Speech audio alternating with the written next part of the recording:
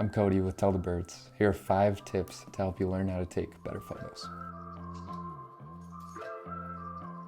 Tip number 1 is to add depth. We can do this by introducing something in the foreground or putting something in the background. When you're shooting, see if there's something you can put in front of the lens or in front of your subject. If you're outside, it might be something like a rock or a tree. Inside, it could be a lamp, a chair, whatever. The same goes for background. The more background you can have and the further away your background objects can be, the more depth you'll be adding into that photo. You can also try shooting at a different angle to include more of the background or a more interesting background in your image.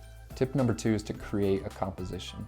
Instead of just taking a photo, take a little time to plan out how you want that photo to look. When you're setting up your shot, look for any colors or patterns that stand out to you and try and incorporate those in your photo. Another thing you can do is simplify your image, declutter that composition. If there are things that are distracting or don't need to be in there, just take them out. One of the most common compositional rules in photography is the rule of thirds. The eye is drawn to these parts of the image, so if you place your subject where these 2 lines meet, you'll have a more interesting photo and composition. Leading lines are lines in your composition that lead to a point of interest. Our eyes follow lines, so you can use leading lines in a photo to draw your viewer's attention to a certain point. And then lastly, use your angles. Try shooting from above or below to the side. Chances are, as you shoot at different angles, you'll find something that you really like.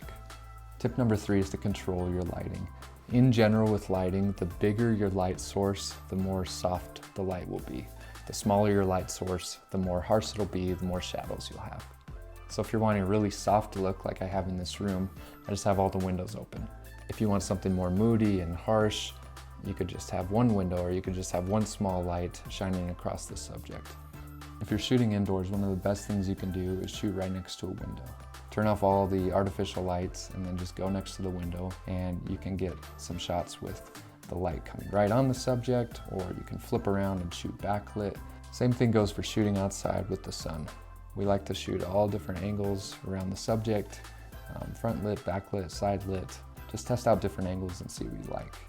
Tip number 4 is to tell a story.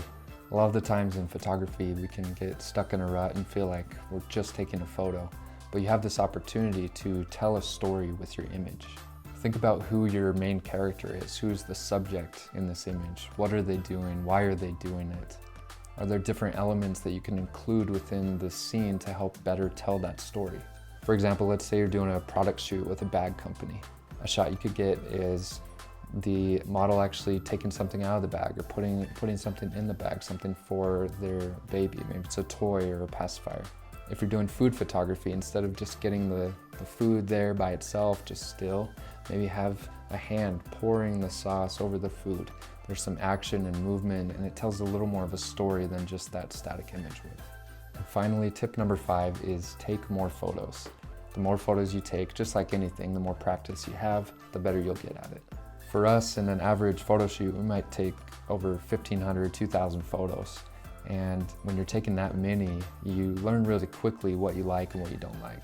That's one of the biggest perks of digital photography, that it doesn't take up much space and you can just delete those photos if you don't use them. And another benefit is that you have a much greater chance of actually capturing that photo that you want in the moment. Take more photos, even if you don't have scheduled shoots. You go out and shoot on your own, shoot your friends or family, and you'll get better and better over time. And through your editing process, you'll see what worked and what didn't work. And here's a bonus tip. Tip number 6, edit with presets. Now obviously this isn't really a shooting tip, but presets can help you get a consistent look across all your images and can help you when you're shooting to think about what those photos will look like when they're actually edited. We made a free preset that's pretty awesome. You can download it below if you want to check it out. So there you go, 5 tips to help you learn how to take better photos. You can start using those today in your shoots. If you like this video, go ahead and subscribe. We've got more coming. So there you go. So that's it. Is that my loving wife? Yeah. I've got about 2 minutes to finish, and we'll put some more content out for that when it's coming. All right, that's it, bye.